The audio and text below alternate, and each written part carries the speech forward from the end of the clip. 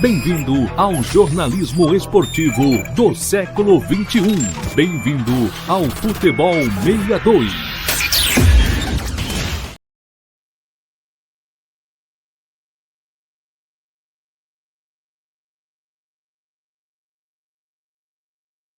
A mais uma edição do Dois Toques.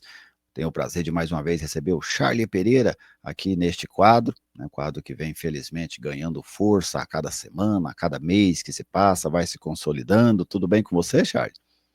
Tudo bem, Gerlese? Um abraço para todo mundo que nos acompanha aqui no Futebol 62. Estou vendo a logo ali do nosso canal, estou vendo a bandeira de Goiás. Não estou vendo bandeira do Goiás, do Vila, do Atlético. Qual que vai ser o tema de hoje? Exatamente, Charlie, é porque às vezes a gente sai da capital, né? O canal, ele é um canal destinado ao futebol goiano como um todo. E falando em futebol goiano, Charlie, a gente tem um grande encontro de goianos na Série D, né, do Campeonato Brasileiro, Goiatuba e Aparecidense. Um deles vai se classificar para a fase quartas de final. E este que se classificar vai enfrentar um adversário que a gente ainda não sabe quem é, não existe nem projeção, porque vai depender da classificação, né? Só explicando para o torcedor, os 8 melhores classificados, soma-se a pontuação deles, o primeiro pega o oitavo, o segundo pega o sétimo, o terceiro pega o sexto, e assim vai. Então depende dos resultados para definir quem enfrenta quem. E no jogo de ida, 3-2 para a Presidência lá no Divino Garcia Rosa, um jogo muito bom, sabe? Gostei muito do jogo, achei um jogo assim muito disputado, muito movimentado, um jogo daqueles assim que dá prazer para quem gosta de futebol, né? Independente de torcer para um time ou outro. E agora a gente tem um jogo da volta em Aparecida, em que a Aparecidense joga pelo empate. Se o Goiatuba vencer por um gol, vai para os pênaltis. Se vencer por 2 ou mais gols, aí o Goiatuba se classifica para a próxima fase. Neste cenário, Charlie, você vê um deles, ou a Aparecidense, ou Goiatuba, mais preparado para subir a Série C, para ascender a Série C? Gerlese, eu acho que até pela campanha que fez na fase de grupos, um time com a melhor campanha entre todos que disputaram o Campeonato Brasileiro da Série B, pelo elenco que tem, né, pelo resultado que conquistou no jogo de ida, né, ganhou do Goiatuba lá no Divino Garcia Rosa, a galera do Goiatuba com o apoio do seu torcedor lá, né, mas o resultado está muito na mão da Aparecidense, né? Ela tem o melhor time, tem o resultado, tem esse aspecto de ter feito uma campanha melhor ao longo de todo o certame, né? Chegou num determinado momento que o Goiatuba ficou ali numa situação intermediária, né? Parecia que ele ia, parecia que não ia, acabou indo, né? Ele vai para um jogo onde ele enfrenta aí a equipe do São José, ele empata o primeiro jogo em casa, né? E aí vai jogar lá no carpete do Paço da Aldeia, melhorou o carpete lá na Gerlese. Antes, a gente vê os gramados sintéticos hoje, que tem lá o Palmeiras, o estado do Atlético Mineiro, do Atlético Paranaense, a gente olhava lá para o Paço da Areia, ali era carpete mesmo, né? Mas eu vi o jogo entre São José e Goiatuba, melhorou bastante daquela realidade, mas o Goiatuba me surpreendeu ao se classificar diante do São José. Eu trabalhei, inclusive, para a TV Metrópole, no jogo Aparecidense e Maricá. Né? Primeiro jogo, a Aparecidense tinha ganhado lá no interior do Rio, e olha, ela teve muito próxima de definir sua vida nas cobranças de pênaltis, porque o Maricá foi melhor ali durante boa parte do jogo, faz 1-0, a Aparecidense empata, o time carioca, Fluminense, o time Fluminense faz o segundo gol, um gol que salvou a Aparecidense, confirmou a classificação dela, veio já nos acréscimos dos acréscimos, né? O gol do Mário Henrique de cabeça, né? Aquele time da Aparecidense nesse jogo da volta contra o Maricá, ele teria sérias dificuldades, né, de se classificar aí, diante do próprio Goiatuba, né? Mas eu acho que o time se recuperou logo com essa vitória lá no sul do estado, diante do Azulão do Vlado, do Azulão, né, do sul. Eu vejo a Aparecidense numa condição melhor para chegar, né? E assim, além do acesso, claro, todo mundo quer subir, né, Gerlese? tá também aquela condição de ter calendário para o ano inteiro, né? Estava falando com o Túlio Lustosa, ex-jogador do Goiás, ex-diretor de futebol do Goiás, alguns anos está lá na Aparecidense, né? Nesse momento, Gerlies, o que o Goiatuba e a Aparecidense têm na mão para o ano que vem? 11 datas, 11 jogos, que é o calendário do Campeonato Goiano com essa redução de datas, né? Claro, uma das duas equipes pode subir, e aí vai aumentar consideravelmente esse número, né? Você vai ter aí 19 jogos, né? Mais 11, Se né? subir, né, Charlie? Segundo, você tem essa condição, mas nesse momento eles têm um calendário muito pobre, infelizmente, né? Essa é a realidade de clubes que não têm calendário nacional. E a 11 datas se forem até a final do Goiano, né, Charles? Se conseguirem chegar ao último estágio, nem as 11 não são garantidas. Assim, Charles, eu falo naquele meu desejo, né? É igual quando você tem representantes diferentes. Eu não vou torcer pelo Goiatuba, pela Aparecidense, quero fazer uma cobertura jornalística boa e pronto. Mas eu quero muito que um goiano suba, Charles. Muito. Que o classificado desse jogo eu vou torcer muito por ele nas quartas de final. Seja o Goiatuba, seja a Aparecidense, aquele se classificar vai ter a minha torcida declarada, vamos dizer assim, na fase quartas de final. Mas eu penso que a Aparecidense ela tem mais chance de chegar nas quartas e avançar do que o Goiatuba, por alguns aspectos. Primeiro, a Presidência tem uma campanha muito melhor do que a do Goiatuba. A Presidência foi a melhor campanha da primeira fase, entre todos os times. Depois ela acabou sendo ultrapassada pelo Asa, porque o Asa fez 6 pontos na segunda fase e a Presidência fez só 4. Então ela foi ultrapassada pelo Asa. Agora a gente precisa ver como é que vai terminar essa fase. Mas esse já é um aspecto. O Goiatuba teve a 15ª campanha e a Aparecidense teve, entre os 16 que ficaram agora, a Aparecidense era a segunda colocada, o Goiatuba era o 15º nesta fase.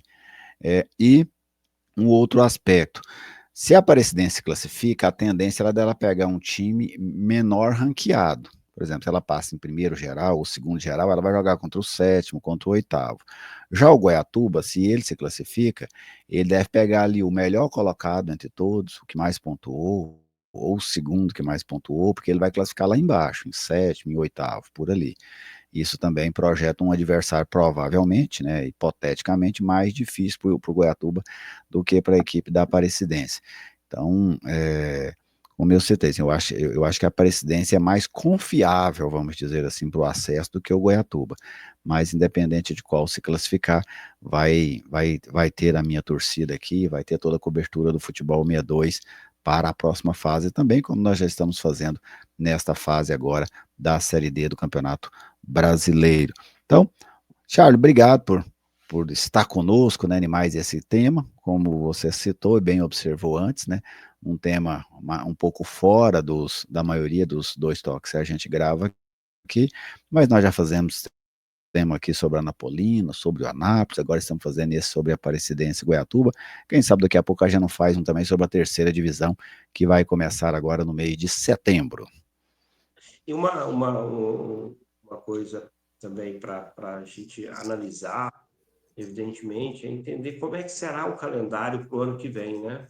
Estamos falando aí de Aparecidense ou Goiatuba, quem se classificar e depois se confirmar um acesso, ele fica mais tranquilo, né? Tem um calendário de ano inteiro, dá para se planejar, né? Dá para ir ali contratar um jogador e falar assim, ó, você vai ficar aqui até o final do ano, né? E nós vamos ter 30 jogos, vamos ter 25 jogos, 26 jogos espalhados aí ao longo de tantos meses, né? Quando você tem aí 8, 9 datas, como vai ser a realidade da maioria dos clubes aí pelo Brasil, né? Você fica com poucos argumentos para contratar esse ou aquele jogador.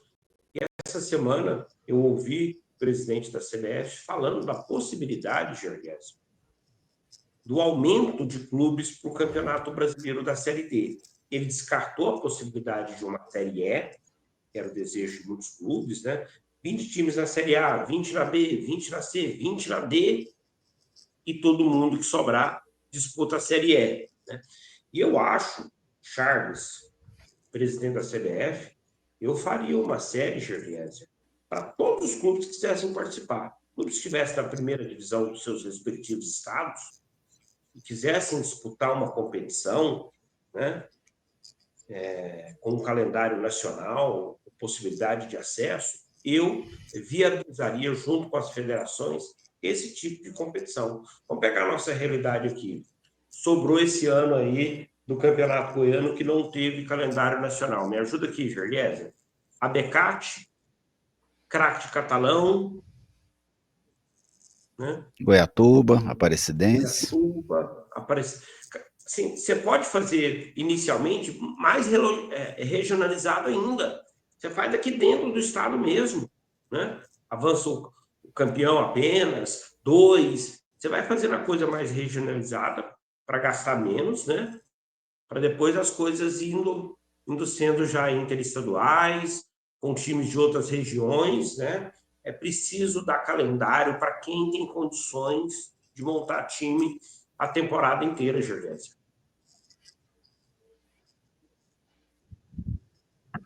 Condições e interesse, né, Charles? Porque assim, eu não consigo ver um clube tendo qualquer tipo de sucesso esportivo se ele não existiu o ano inteiro, sabe? Por exemplo, vamos pegar aqui um time do interior. Nós estamos falando do próprio Goiatuba, por exemplo. O Goiatuba tem um menino lá de 17 anos muito bom. Pode nascer um menino muito bom em Goiatuba, em Bom Jesus, em Buriti Alegre. Ok, vamos fazer um contrato com esse menino. Que jeito? De jeito, se o time nem existe o ano inteiro, como é que você vai fazer um contrato com esse garoto? Aí é a hora que você tem que começar, não, eu tenho que pôr ele nesse time aqui, naquele lá, porque aquele time lá existe o ano inteiro. Aqui não tem como ele jogar no Goiatuba e jogar o ano inteiro. Então a gente tem que emprestar ele para o interior de São Paulo, não sei para quem, não sei para quem. Eu acho que essa questão do futebol, a CBF tem que olhar. Eu gosto dessa ideia que você traz, sabe? Eu não faria uma Série D com 20 clubes, sabe, Charlie? Eu faria um pouco maior. 40 clubes, talvez, não precisava ser tantos, mas eu faria um pouco maior também, até para você dar um calendário mais consistente para mais gente. E essa Série E, vamos dizer assim, ela precisava ser muito mais abrangente. Eu concordo com você, eu gosto muito da sua ideia de uma Série E mais abrangente. Se não for a E, que seja a D, uma série bem mais abrangente, que dê condições, por exemplo, qualquer time profissional brasileiro que estiver numa primeira divisão estadual e quiser existir o ano inteiro, a CBF e as federações dão a ele essa condição. Nós não queremos, ok, nós não queremos, ok. Mas os que querem terem essa condição de existirem um ano inteiro, sabe? Isso é uma situação, as federações brigam por tantas coisas, né, e acho que elas estão certas, cada um tem que brigar mesmo pelos seus objetivos, pelas suas situações, mas eu acho que as federações precisam ter essa briga para que os times existam o ano inteiro. Porque senão, daqui a pouco, o futebol vai se resumir no estado de Goiás, por exemplo, Charlie, a 5 times, 4 times, e não passa disso. Porque a gente está vendo os times menores, por exemplo, eles se tornaram igual um carnaval. Vai ter carnaval, ok. Tem festa junina, ok. Aquela coisa tradicional periódica, né? O carnaval sempre no mês de fevereiro, a festa junina no mês de junho, as festas de fim de ano lá no Natal.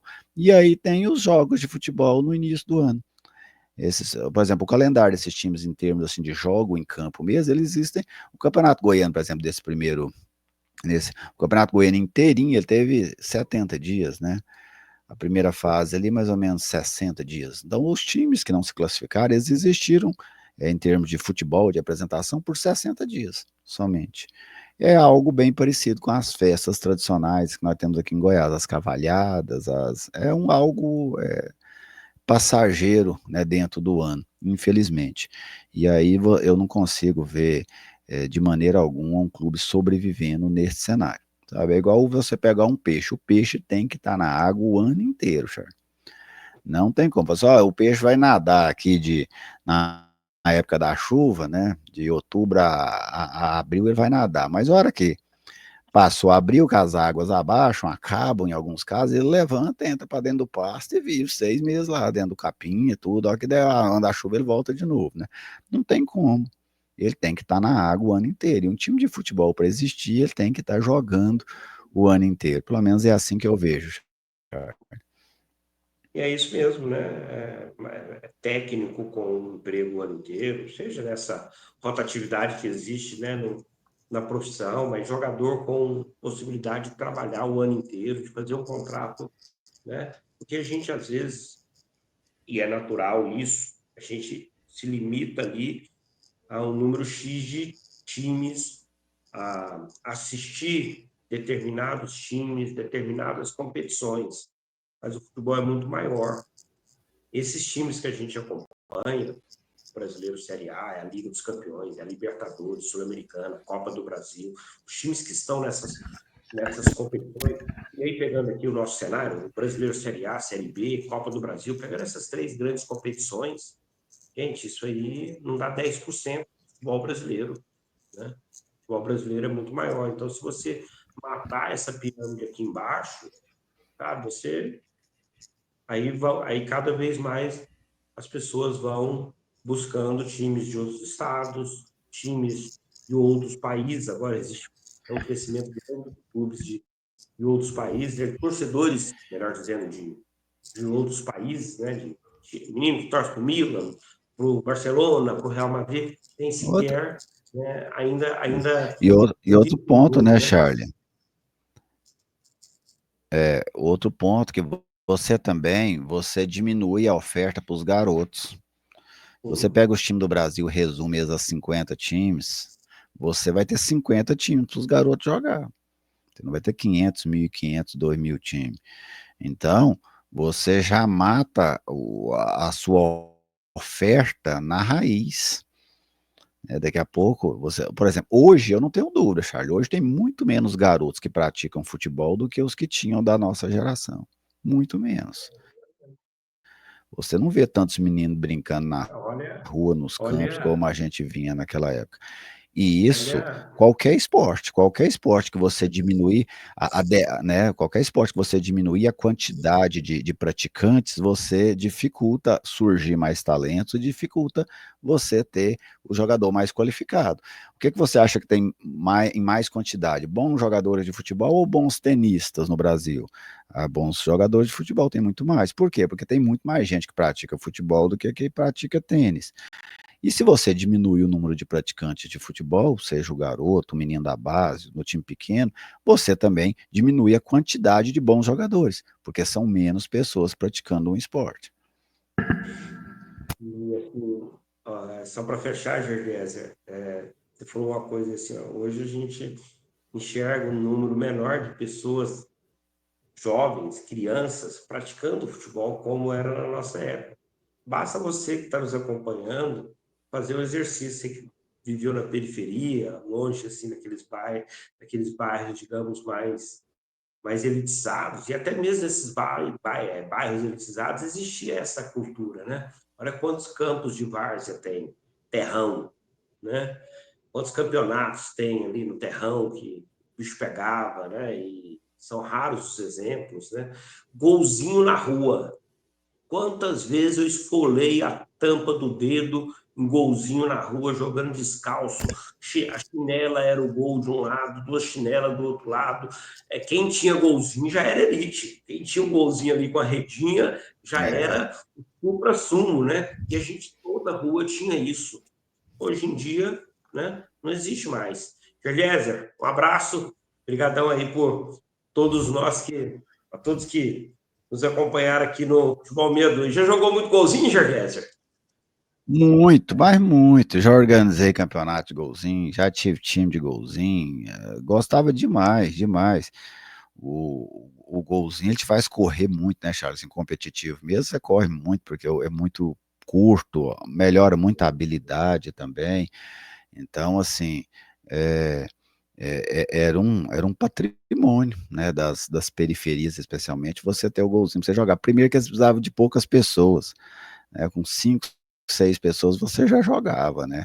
Enquanto um futebol de campo você precisa de 20, 22, pelo menos de 22, né? Ou se não der, pelo menos uns 8 para cada lado para o jogo ter alguma graça.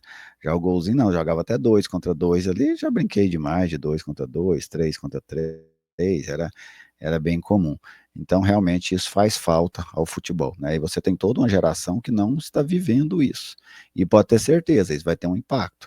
O jogador profissional de daqui 10 anos, 8 anos, vai ser uma oferta muito menor do que essa de agora, que para mim já é pequena em relação ao que era lá atrás. Mas isso dá um outro debate, né, Charlie? Imenso para a gente aqui no Dois Toques. E uma hora dessa a gente vai debater isso, podemos debater, inclusive, olhando por um aspecto mais sociológico da coisa, não apenas esportivo, né, um aspecto social dessa questão da influência do esporte. Que o futebol 62 faça um campeonato de golzinho, Jorge.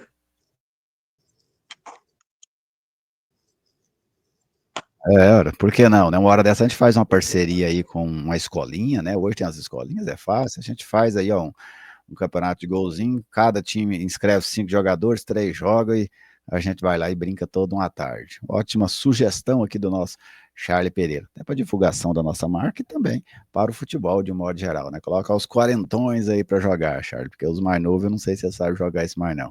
Um grande abraço a todos vocês, muito obrigado pela audiência, pelo carinho e fiquem todos muito bem. Fique à vontade para fazer o seu comentário, contar da sua lembrança aqui nos comentários do Futebol 62. Até a nossa próxima oportunidade.